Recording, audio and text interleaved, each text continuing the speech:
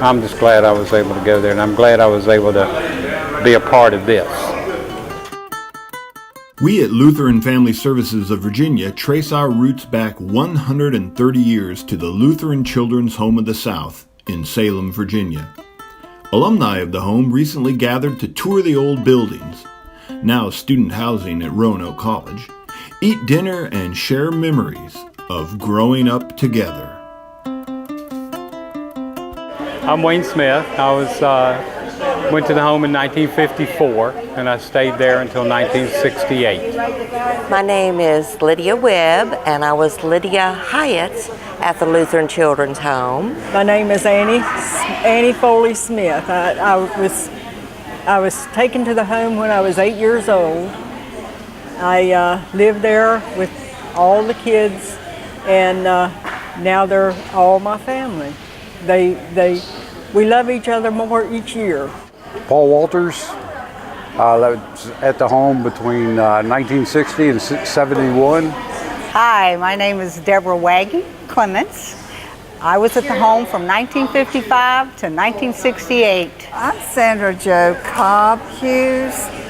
My twin sister and I lost our mother when she was 24 and we were only 2 years old. We were brought up to the home when we were 4 years old. My brothers and my sisters, not all of us, but a lot of us ended up at the home.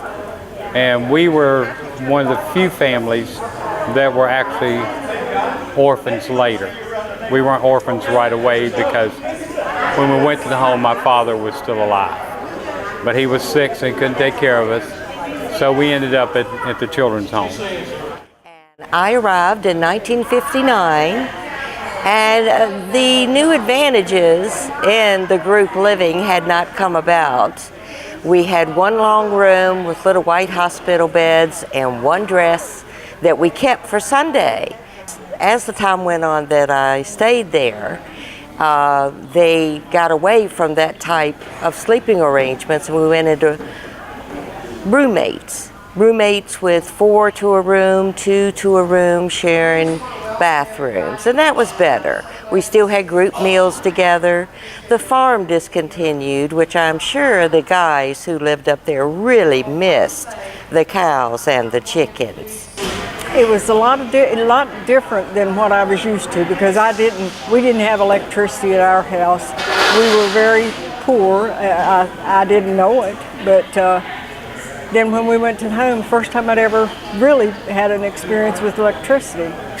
And a shower and, bathtub. I was in a tub, when I had my bath. At the home, learned a lot of values, good work ethics, moral compass. I came with 3 other sisters and was the last one to leave. We had each other, and we had a really good upbringing at the home. We had chores to do. They fed us good. At Christmas time, we got more clothes and toys than our whole bed was full of toys and clothes to wear. Churches sponsored us, and we would write a list of things we wanted, and we usually got everything on that list. The home was not an orphanage. A lot of people think it was. It was not an orphanage. It was actually a children's home. A lot of the kids had parents, maybe just one. Sometimes they had 2, but those people couldn't take care of them. So that's why they ended up there. Very involved in College Lutheran Church, which we were all involved in either choir or some type of event. We enjoyed that immensely. And we all got along. The larger girls helped take care of the smaller girls, and as we grew up, we helped take care of the smaller girls. We had a good childhood. My time there was okay. It was up and down.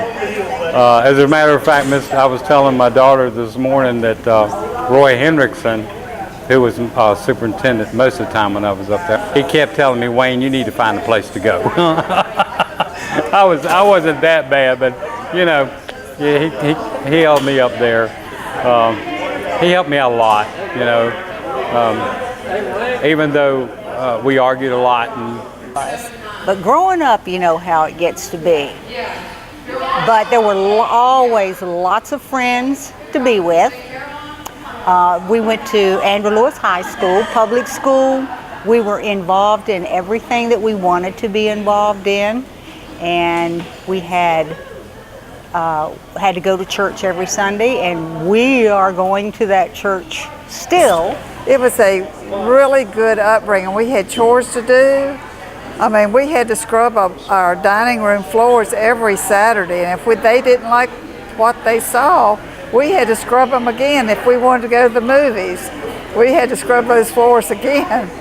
But we kept that place looking so good. It was shining all the time. I think about where my life would be if it had not been for going to the home. My family came from a 2-room house with 8 children. We lived in and slept in one big bed in one room. My parents were in their one little room with the stove with a flat top on it for cooking, and that was it. That's all we had. No running water. So, and I think about going to the home was the biggest blessing that I could have had in my life. I had 2 brothers that went to the home with me. One brother didn't go, and then after a while, the 2 brothers joined the Navy. So I was all alone there, but that's all right. I had everybody else. We had to work. We had jobs that we had to do. We got allowances. We got paid for report card grades. It was good. It was good, and I really appreciated it after I left the home. Everybody tells us that they thought we must have had a good upbringing because we have that work ethic today, and we were made to go to church, but it was a good upbringing because we now still go to church. It's just a part of our life. And I think God was watching over us through all those years because all of us have come through it with not too much scars in our life. Of course, there were times that, I ran away from the home. I got caught running away several times. Got into trouble and things, but, we really did have it better off than a lot of kids we went to school with. We always had clothes on our back. We didn't have to worry about food. We didn't have to worry about, because we did have to work hard. That's what, like John was saying. We really had to work hard. I mean, we had the farm to take care of. We had the gardens to take care of.